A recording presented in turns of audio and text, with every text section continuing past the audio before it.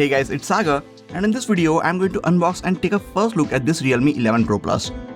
This is the Indian retail box. It's available in 3 colors: Sunrise Beige, Oasis Green and Aster Black, and 2 RAM options, 8 and 12GB. Both RAM variants come with 256GB of internal storage. I went with the Sunrise Beige color because I think that one looks the best, and I got the 8GB RAM and 256GB storage variant for 27,999 rupees.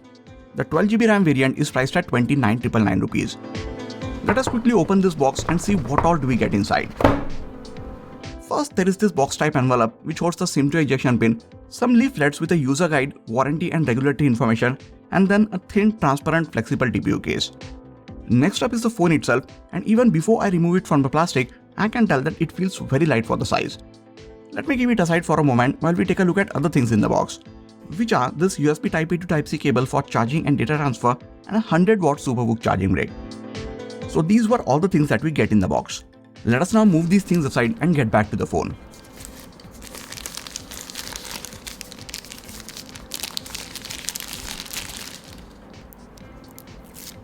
Once I remove it from the plastic and the IMEI sticker from its back, I just love how this phone looks. Just look at this beautiful color. This thing at the back is vegan leather and it feels really grippy.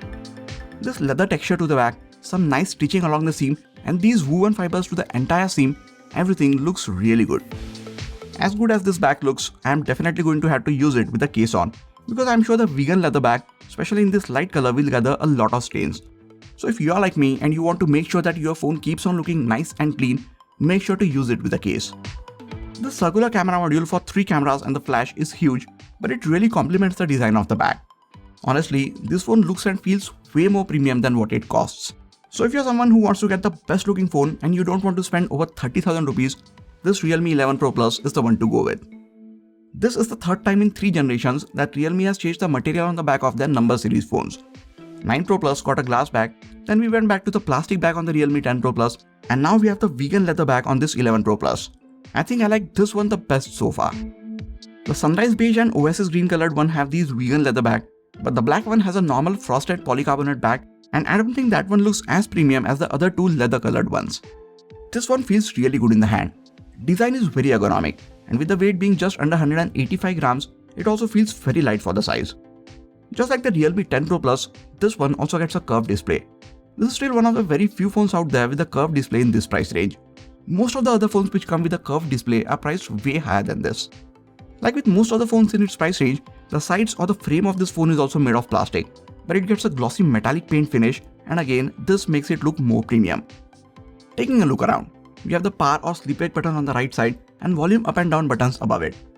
At the top, we get the noise cancelling microphone and the speaker grill. Left side of the phone is clean without any ports and buttons, and at the bottom we have the SIM tray, main microphone, a USB Type-C port and another speaker grill. And again, we don't have a 3.5mm headphone jack anywhere on this phone. We already saw this back, but I didn't talk about the cameras that much. The main camera sits in the middle of the circle, and now it has a 200MP Samsung ISOCELL HP3 sensor, which is a big upgrade over the 108MP main camera on the Realme 10 Pro Plus. It gets f1.69 aperture, 7-element lens, and this time we also get 4-axis optical image stabilization, which was one of the major things missing from the main camera of the Realme 10 Pro Plus. Next camera gets an 8MP sensor, f2.2 aperture and a 16mm ultra-wide angle lens, followed by yet another 2MP sensor with f2.4 aperture and a macro lens. While having a 200MP camera in this price range sounds really impressive, I will obviously have to take a lot of images with it to see how it really performs. So keep an eye out for a very detailed camera review which should be coming up on the channel in the next few days. We also get a 32MP Sony IMX615 sensor as the front-facing camera in this punch hole style cutout. Speaking of the front, this phone gets a 6.7-inch curved AMOLED display with a resolution of 2412x1080 pixels. It's a 120Hz refresh rate panel. It gets 2160Hz PWM dimming, so it won't stress out your eyes, especially at lower brightness, and it now gets an increased peak brightness of 950 nits with HDR10+ certification. The bezels all around are very slim and even, giving this phone a very familiar look if you have used or even seen the Realme 10 Pro Plus. This is basically the same display that we saw on the Realme 10 Pro Plus 6 months back, with a very minute increase in the peak brightness levels. That one had a peak brightness of 800 nits, and on this 11 Pro Plus it is 950 nits.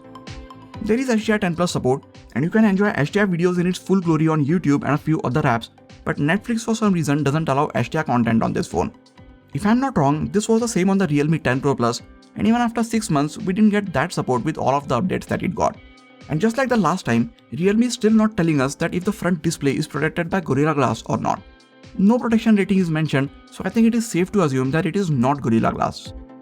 It comes with an in-display fingerprint sensor, and I think it is responsive enough.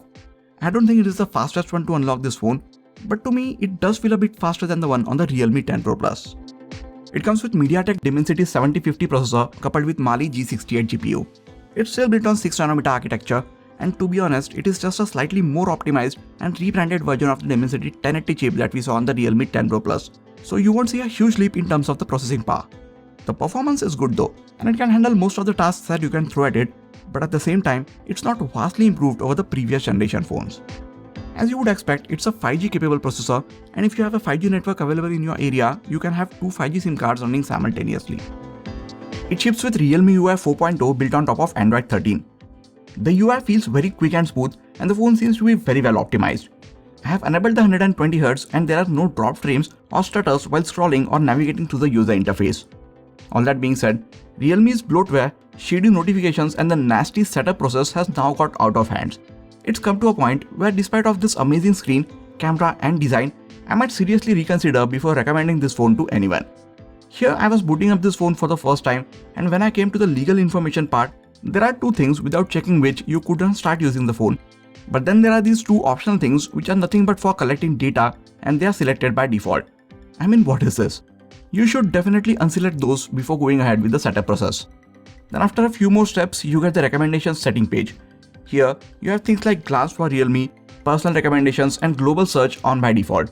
These are some of the things which you definitely want to turn off before using the phone. And when you go to turn them off, the continue button is marked in bold and the turn off button is light grey as if it is unselectable. These are basically just shady practices from Realme to try and get you into leaving them turned on.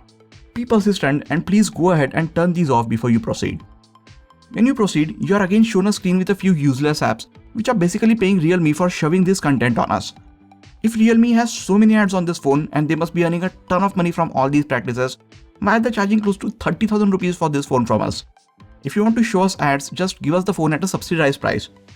Or if you are asking for the full money upfront, please just stop this nonsense. You should not install any of the apps from this screen. Just scroll to the top of the page and click on skip. If you miss any of these steps, you will be bombarded with a ton of ads and notifications. As the phone gets ready, there will be still some random notifications waiting for you which are basically just ads. After that, there will also be a ton of pre-installed spammy apps and you will have to go ahead and uninstall them individually and manage the notifications for each of your apps individually as well.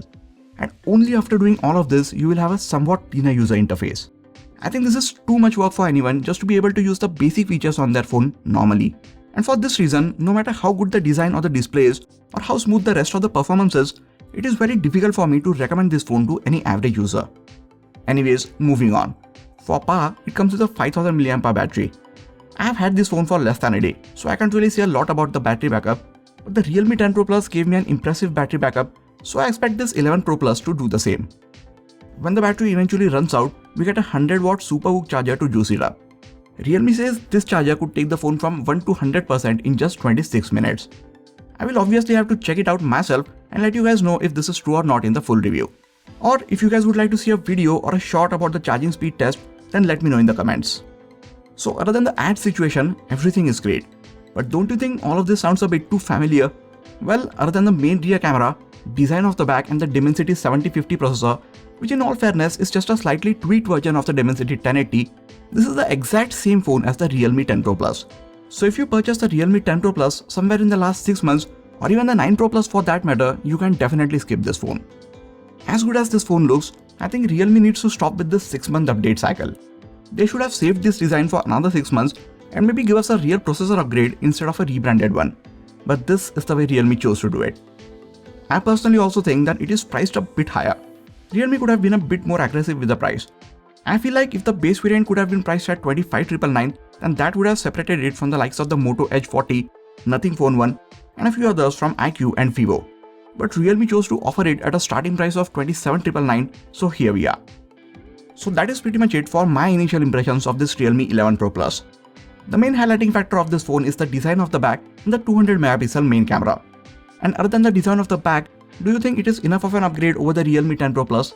Let me know in the comments. Stay tuned for a very detailed camera review and comparison videos with other phones. That is it for this video guys. Please hit the like button if you enjoyed this video and subscribe to the channel for a lot more quality tech videos like this. You can also check out some of the other videos from this channel. This has been Sagar and I'll catch you guys in the next video. Take care.